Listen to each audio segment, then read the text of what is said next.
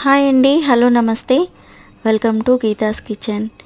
ఈరోజు మన వీడియో వచ్చేసి మిల్లెట్స్ ఇడ్లీ. ఈ ఇడ్లీ చాలా రిచ్, హెల్దీ అండ్ టేస్టీ కూడా. సో ఈ ఇడ్లీని ఇంట్లోనే చాలా ఈజీగా ఎలా ప్రిపేర్ చేసుకోవాలో చూపించబోతున్నాను. ముందుగా 1 కప్పు దాకా కొర్రల్ని తీసుకోవాలి. ఈ కొర్రల క్వాంటిటీ వచ్చేసి మినిమం ఒక 4 మెంబర్స్ తినొచ్చు.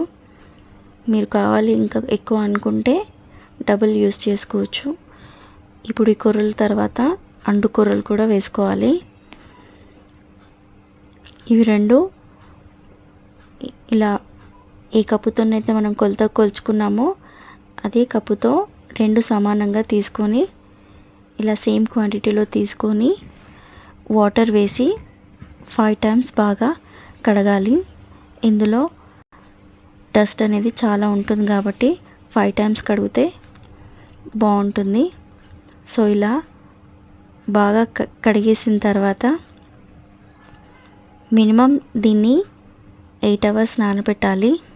మీరు కావాలి అనుకుంటే నెక్స్ట్ డే చేసుకునే వాళ్ళు నైట్లో కూడా నానబెట్టేసుకోవచ్చు.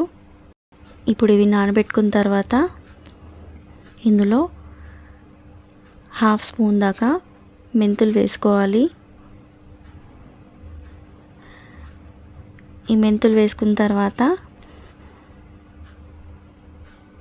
1 కప్పు దాకా మినపప్పును కూడా నానబెట్టుకోవాలి. ఈ మినపప్పు క్వాంటిటీ వచ్చేసి 2 కప్పుల కొర్రలు తీసుకున్నాం కాబట్టి 1/2 కప్పు సరిపోతుంది. ఇప్పుడు ఇవి కూడా నీట్గా కడిగేసి నానబెట్టుకోవాలి. ఇప్పుడు ఒక మిక్సీ జార్ తీసుకొని ఈ కొర్రల్ని, మినపప్పుని ఈ రెండింటిని మెత్తగా రుబ్బేసుకోవాలి. ఇది ఇలా రుబ్బిన తర్వాత పిండిని నైట్ అవుట్ నానబెట్టవచ్చు. లేకపోతే మినిమం ఒక 4 అవర్స్ నానబెట్టినామంటే పిండి అనేది బాగా పులుస్తుంది. సో నేను నైట్ నానబెట్టినాను కాబట్టి నెక్స్ట్ డే చూసేసరికి పిండి అనేది ఇలా మనకు కంప్లీట్గా పొంగుతుంది. సో ఇది కంప్లీట్గా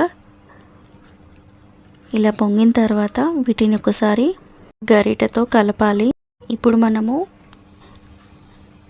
ఇడ్లీలకు మనకి ఎంత క్వాంటిటీ కావాలి అనుకుంటే అంత క్వాంటిటీ తీసుకొని ఒక పాత్రలో అందులో రుచికి సరిపడా సాల్ట్ వేసి ఇలా బాగా కలిపేసుకోవాలి.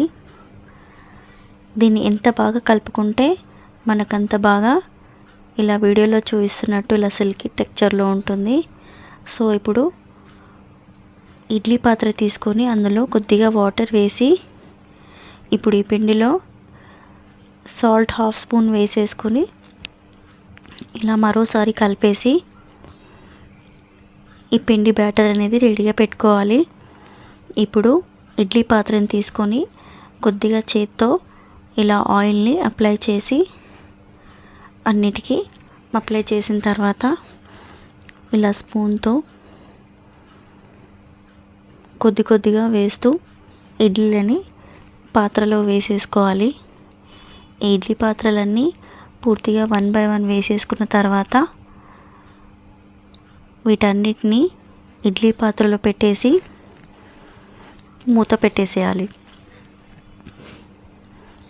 ఇప్పుడు చట్నీ ప్రిపేర్ కోసం స్టవ్ పైన ఒక ప్యాన్ పెట్టేసి అందులో 1 కప్పు దాకా వేరుశనగ పప్పును బాగా ఇలా వేయించుకొని ఒక ప్లేట్లో తీసుకోవాలి. ఇప్పుడు 1/2 కప్పు దాకా పుట్నాల పప్పును తీసుకోవాలి. ఇప్పుడు ఇవి కూడా కాస్త వేగిన తర్వాత రెండింటిని కలిపి మిక్సీ జార్లో వేసేసి ఇందులోనే 5-6 పచ్చిమిర్చిని ఇందులో వేసేసుకోవాలి. చిన్న అల్లం ముక్క, అలాగే 1/2 స్పూన్ సాల్ట్.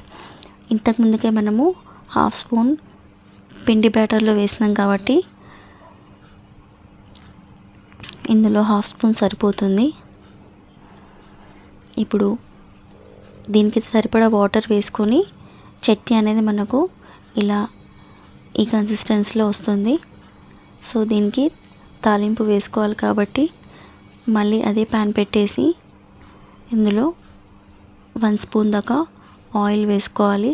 ఆయిల్ కొంచెం హీట్ అయిన తర్వాత 1 స్పూన్ జీలకర్ర, ఆవాలు, మినపప్పు,